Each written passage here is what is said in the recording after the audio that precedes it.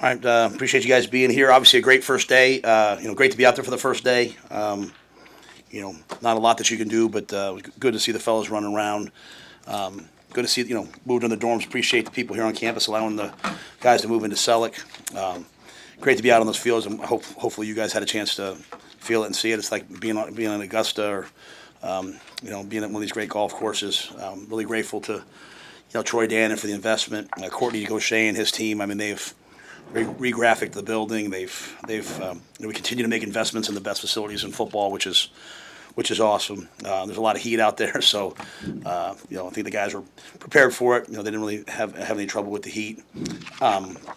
They handed me an injury report for injuries, but I don't know that I can read this font without a pair of readers, so I'll do the best I can. But some guys, Roger Grady's out right now. We expect him back. Gabe Moore is limited. Preston Tamu has just been ill. Trent Euler's been limited. Demetrius Bell is out right now. Connor Keneally's out. Nolan Fennessy, Juju Marks, Jamarian Parker, Malcolm Simpson. Malcolm and Juju had surgeries that'll keep him out for a while coming from high school. And Tyson Terry, obviously, as you guys know, hurt his knee last year in football season and still went on to win the state championship, but he'll be out for indefinitely. And then Bodie Sukup with an injury for a little bit here now. So some guys out, but some guys back. Turner Corcoran still pretty limited, but making his way back. So, but yeah, great to be out there. We're excited to watch those guys practice, and with that, I'll take your questions. Coach, third year in a row in the dorms. Are the coaches staying with the players, or the players kind of taking ownership of the dorm? Yeah, no, the players asked if the coaches wouldn't stay in there. Now we have like some operations people, trainers. Gus Felder, his player development staff's in there, but I think they wanted they wanted to be their thing, their team. So as much as I love staying in a dorm, I was happy to oblige, and but no, that's what they wanted. You got a lot of work in during the summer. What are you looking for the first few days when you start camp as a head coach? What are the Yeah, it's a great question. We told the guys exactly what we want. It's a 6-day ramp-up acclimation period with a 7th day of rest. So, we want to obviously establish our standard of effort. We don't have a lot of time to coach effort. We have a good enough. One of the reasons why you don't have to coach is when you have a lot of depth, a lot of competition. If you don't want to play hard, then so be it. We want to reward the guys who know what they're doing. So assignment knowledge. So a lot of testing in the meetings. A lot of how much did you work? Over the summer. How well do you know what you're supposed to do? We want to keep them healthy. Most injuries happen. Most soft tissue injuries happen after the first week, beginning of the second week. So we're trying to ramp up and build up where we're not doing too much. And then we want to establish our practice standards, the way that we want to practice. Everything from like the gear that we wear to when we get into contact, how to make contact with guys, how to hold the ball security to pre-snap penalties. So all the things that we can control, we're trying to teach this week and do. And then finally, situational football. Dana had them out there. They were doing 2-minute today on offense. We know the games are going to come down in the Big Ten to the last minute of the game. And so we're at a point now where we can really focus on the situational FBI. So that's several things, but some are football and some are just related to the standards. How do you feel like the 2-minute offense tightened up in the spring compared to last season? What do you want to see Dylan and the crew continue to work on? Yeah, we have a long way to go in terms of where we're at in terms of the 2-minute offense. I think when you think about it, I believe when you come down to the end of the game, it really comes down to the integrity of your lines. Your ability as an offensive line to protect, the ability of your defensive line to get to the quarterback. Sacks win games on both sides, and so. While the X's and O's are great, while the execution is great, it's also going to come down to the physical strain of how great am I at the end of the game in terms of the physical nature. And I think that's something that we have to build throughout camp. They're much stronger. We're much more explosive. We're a significantly improved team in terms of our physical nature. But you have to, over the course of camp, you have to develop, the physical stamina and the competitive stamina to play great at the end of the game. So I think there's a lot that goes into it. I think we're really cleaned up in terms of our guys knowing what to do. We have guys who can win, but it's just going to take us, mastering it. And the mastering, hey, when do we get out of bounds? When do we not get out of bounds? You go back to, You go back to Ohio State, a lot of it's just poise. I mean, I think it was Ohio State, I can't remember, or maybe it was UCLA. Like, we lined up wrong, and it cost us 5 yards on a 10-second runoff, and we only line up really one or two ways. So just the poise of, hey, doing it every day, and, getting to the point where, you can't do it wrong. I think that's what we're trying to do. And it's the same thing on defense, being able to cover, play zone coverages, play man pressure, but also rush forward and win. That's what wins games. Hey, Matt, what's it like for you, or what's the advantage, if there is one for you, to have a full roster at the start of camp and not a camp roster, and also to have those extra players, maybe 15 or so players who, for much of this offseason, you thought might not be able to be with you this week? Yeah, I'm very, very grateful that I believe it's Judge Wilkin that they grandfathered in the players. I mean, I don't know how I don't know how I could have told some of these guys, like, hey, you're not on the team. I mean, as I've told you guys, we had guys who said, hey, no matter what, I'm going to be here. And so they pay the same price. When you think about it, I mean, they're paying to go to school, to go out there and do all that stuff. So I'm glad they're out there. And a lot of them are, good players, and they're developing into good players. So, and then it allows us to have, a lot of competition, allows us to have 3 groups, sometimes maybe 4 groups. We'll have some injuries as we go. There'll be attrition, and have guys that can step in and give reps, I think, is really important. So, even in the NFL, like, they have they have a 90-man roster, but you can still practice against other teams. You still have preseason games, right? So to get to 105, I've done it before at Baylor, but just having a couple more guys here, I think, really helps our practice flow and allows for more competition. What are your first impressions of punter Archie Wilson? Yeah, he didn't really punt today. I saw him a little bit in the summer. I think what he can do is fantastic. I mean, he can roll right, he can roll left, he can really run. He's fast, he can throw. Yeah, but I'm saying he can punt with both feet. Really fun guy. I'm really glad that he's here. But I mean, it's certainly not going to be a moving target. And I think the ability that he has to run the ball and throw the ball. I think we proved last year. I think we faked it a couple of times. We'd love to fake the ball. So, if you know that you don't know the aiming point, and you know that there's always a chance that he could throw the ball or run with it, I think that is going to put defenses really, really at a disadvantage. And he can kick all the different kicks. He can kick the banana ball. He can kick all. So when you talk about our wind here at Memorial Stadium, the ability to spin the ball in different ways, and so those guys that grew up playing rugby and Australian rules football, like, kind of basically play catch with their feet too. So I mean, he's really special with the things he can do. What's a banana? It's a ball that just spins this way, and so it just kind of boomerangs on you like a banana. Like I said, bananas on you, and so it's just. We had Johnny Hecker at Carolina, who was one of the great punters the last 25 or 30 years, and he could kick balls that were almost impossible to catch with no wind. And so you start getting across the 50, and you're kicking balls that guys are probably in a fair catch. There just adds another element of a lot of teams, when they face a left-footed punter, they'll try to have a left-footed guy in that week. Like in the NFL, they'll bring a guy in for practice squad that week because the ball spins differently. Well, Archie's going to kick the ball right-footed. He's going to kick the ball left-footed. So as a returner, you have both spins, and then he can do banana balls, and so the ball's going to go this way, the ball's going to spin this way. So it's just an added element. When you think about the close games we've had, 1 or 2 turnovers changes everything. So. And you said last week that this defensive line is going to be hell on wheels. What gives you that confidence? What have you seen so far? Well, I always have confidence in our players, and the last thing our players need is for me to say they're not going to be good. They hear that enough, so I think they're going to be really good. And we've trained them. I know everybody wants us to, in the world, not you guys, but just in the world, it's always like, we'll go get this guy in the portal, get this big recruit, but like, we want all those guys, don't get me wrong, but like, they come in at 18, and we want them to play when they're like, unless they're ready early, but 20, 21. And so I've just seen them lift, I've seen them run, I've seen them grow, and I think the only thing that's going to limit them is their own brains. I mean, now depth-wise, I think we have a bunch of guys that are really talented guys. Sometimes I don't think they know that they're that good. I don't say that good. I don't think they know yet. Can I do it? At the end of the day, expectation sometimes is the one thing that can either buoy us or hold us back. And so, our D-line's heard a lot all year that, on how good they're going to be, how they replace Ty. It's hard to replace Ty Robinson. Ty Robinson, even in the NFL draft, he didn't get nearly enough credit for what he can do. He's going to be, you hear all the reports out of Philadelphia about him, like, I told everybody that, like, every scout that came in, I said, I'm just telling you. And so I believe he'll be a great pro. So that's lofty to live up to, but we got guys who can do it. And so I have nothing but nothing but high expectations for our guys. I expect them to be really good, and if they expect it too, then we'll get there. It's still a young roster. I mean, in a lot of ways, you have a lot of guys that are true freshmen, redshirt freshmen, sophomores. How much of a jump can they make in 30 days over the next training camp to maybe put themselves in a greater position to play than they are right now? Yeah, I mean, I think the off season is really, really important, but there's nothing more important than practice. When you're a basketball player, you can go play. You can go play summer league. You can go play pickup every day against yourselves, right?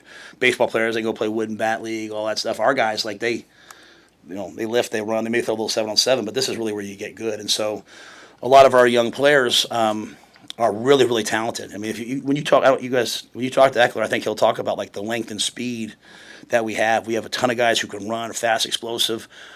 But there's a whole other component to football. There's a technical aspect, like your back pedal and your techniques, but then there's a tactical aspect of making decisions. And it's the only sport in the world where, like a couple of years ago, the best players in the, best quarterbacks in the league were 44.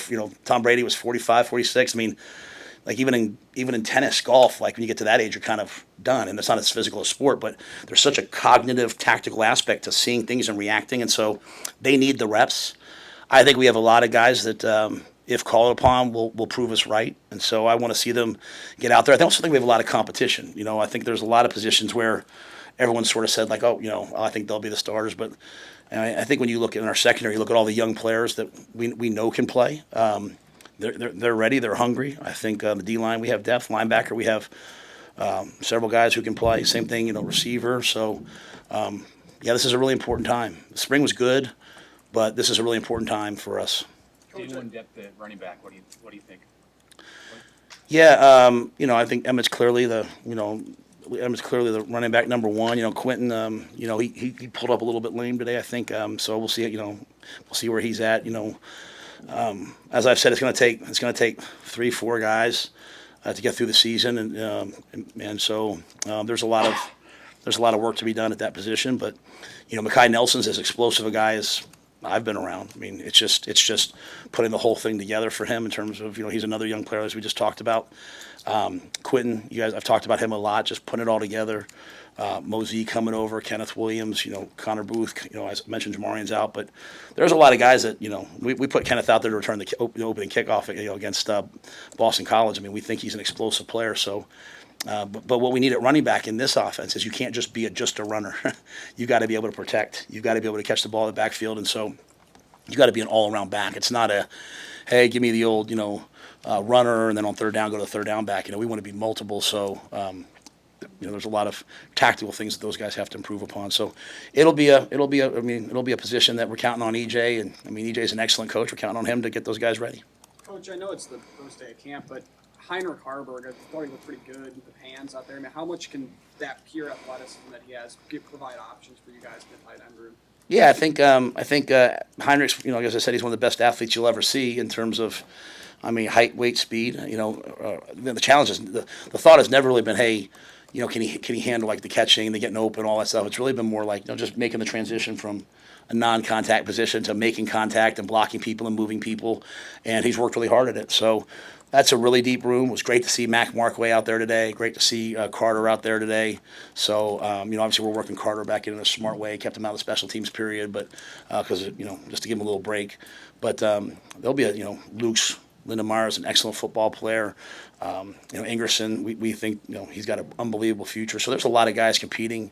But Heinrich brings some unique qualities to the table, and we'll try to take advantage of his strengths while at the same time also developing that run blocking. And I know he's 100% bought in on it, so he'll do a good job. I don't know that much about Mark Way. What kind of picture is that? What's his strengths? Well, he's a big, explosive, powerful man. Most importantly, he can move the line of scrimmage. He's got great hands. He can get open. He's running over 21 miles an hour. At 200, whatever he is, 260 pounds, 250. I don't know what they list him at, but he's a big man. So I think he's another guy coming off a knee injury, a second knee injury, and so we're always trying to be careful of those guys early on. But at the end of practice, he walked up to me. He's like, "Hey, 365 days." I know how grateful he was to be out there after everything that we went through last year. So, but he's got a ton of talent and brings a lot. Coach, do you know how you guys are going to assign the single digits to the remaining numbers? And maybe what qualities do you look for in a player that'll be getting a single digit? Well, I don't do it. I mean, they vote on it, right? So it's their decision. At the end of the day, we want to be a tough, hardworking, competitive program. The things that you can control, and so the guys that they feel like are the best representatives of that. But at the end of the day, they have to make those decisions. Now, I mean, over the years, I've never really loved when my quarterback gets that. It was I always like it when it's a physical, competitive, position. Unfortunately, our O lineman obviously can't get it, but it's just a way to kind of say, hey, this is when we think about what we want Husker football to look like. These are great representatives of it, and so. But yeah, I don't get involved. I don't vote. I don't mess with the vote. I don't just steer the vote. I let them pick. How has Gunnar Cula recovered from off-season surgery and put himself back? And we kind of forgot about him, I think, a little bit. How's he put himself back in the mix to play? He looks great. I mean, saw him in the hallway. I mean, just his mass, size, strength, all of that. One of the unique things about when you get injured like that, it's such a lonely time, right? Like, you go from like being out there and playing to all of a sudden now you're walking around with your arm like this, or you tear your ACL or tear your knee. You're crutching around. Like, people have to help you get your lunch. They have to carry your tray for you. People have to, help you get to class. I mean, it just becomes a really, honestly, like lonely time. I always feel like players, when they go through that, they get to the other side of it, they're so much more mentally tough. They're actually sometimes more physically developed, because while other guys are practicing, they're still lifting, they're still doing all these things. They're working on all these little other muscles that maybe they hadn't worked before, and they truly learn what process is. Like when you go from like, hey, I just need to squeeze a ball, and if I can squeeze the ball, like that's a good first day, or I have to do a leg raise and move my foot like 1 inch. Instead of like thinking everything happens at once, you start to learn like life's about small steps and like gradual improvement. So I've been really impressed with Gunnar's demeanor. I love the way he looks. I mean, like I said, I love the way he looks right now. Like, I want to walk through the hallways and like be a little bit physically intimidated by our O-line when I see them. That's how it's supposed to look. And not their height, but their girth. Like, their width this way and their width this way. And so he looks really good. And as I said, one of the great things about Gunnar is he's such a smart kid that he can play up and down the line. So I think we'll have a really good camp in terms of all of that competition. You mentioned a couple times about players making decisions, whether it's Selleck or the single digits or whatever. That's just part of the evolution of being year 3, having a player-led program, and that's the ideal, correct? Yeah, I mean, well, they've voted on the single digits every year. So I mean, like, I've just been in general, having players lead this team where you can kind of let them yeah. forefront. Yeah, so when they say player-led, I think it's not like they're saying like, hey, I think we should practice there or not. Like, I think it's really important to say that. It's what player-led means is like, hey, we have a process that we follow. It's not the schedule. Process for us means like, hey, we're going to attack everything that we can control and hope that helps us have good outcomes. And then there's standards in the program. Like, hey, I expect you to do this. I expect you to do this. And what happens to all of us is like, we do the standard until we're tired of doing it, or it's hard, or something we don't think, well, why am I doing this? And what we want is we want players who enforce the standards. They're like, no, this is what we do. And in today's world, players love to lead through performance. They like to diffuse leadership, like, hey, we all kind of come together. And there's not a lot of like, hey, I'm going to come up to you and say this. And so in year 3, what you hope is that they're like, hey, I want to win. I'm tired of losing. It's not all this other stuff. It's all of us doing the right thing every day. And so it's who's going to be willing to tell someone that they care about, or another great player, hey, stop doing that. That's not what we do. Let's do this. Or, hey, I need you to do this. And so when they're willing to have hard conversations with each other, when they're willing to hold each other accountable, that's player leadership. And not when things are easy, but when things are hard. I gave the example to them. I don't mind saying it to you guys. Like, it was 13-6 last year against Ohio State. We were losing at halftime, and it was like a revival in our locker room. They were so excited. They were like, freaking, Johnny just made that kick, and they're like, we're going to come back and win this game. And we almost did. And then the next week it was 13-7 against UCLA, and we run off the field. People are booing, which we get, right? And we're in the locker room, and it was like literally like, I mean, I was up there like, I was praying, not really praying, but I was like trying to like, come on, guys. And it was just sad. Like, gosh, what's happening to us? And nothing happens to you in football. Like, you take control of it and you run with it, right? So it's like, but I think looking back, they're like, well, why were they different? Well, because we're listening to everything else instead of just what's our standard. No matter what the score is, we keep playing, we find a way. And you know what's crazy about that game? It was then 20-7, and it was then 27-7, and then we came back, we had a ball with 2 minutes. Heinrich came out there, and we had a chance to go tie the game to win it. So it's like, but you have to sometimes go through those things to learn, like, just keep playing. And that's, I can say that till I'm blue in the face. Players don't listen to coaches. They listen to each other. Okay, and at the end of the day, like, they listen to each other. They hear me 20 minutes a day. They hear you guys a lot on social media. They listen to fans on social media, and they hear each other. So it's like, man, you guys have got to do a great job of saying, like, hey, guys, keep playing, keep playing, keep playing. So I like where we're at in that regard. Let me say that. I like where we're at. I mean, they're doing it. Just can we do it, continue to do it at a higher and higher and higher level? Back to the dorms for a second. Was it like a couple players specifically that were like, hey, maybe let's have this be our thing, or what did that conversation? Yeah, they voted for a group like a for lack of a better word, leadership council type ownership group, and those guys said it. So, just that group. So there's maybe one or two guys from each position. There's maybe 10 or 12 guys, and they were.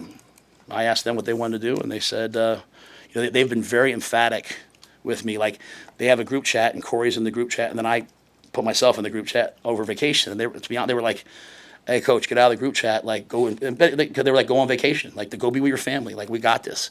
And I was like, well, I do need to send you guys some stuff every once in a while, because I like to send, I read a lot. I'll send them something to think about.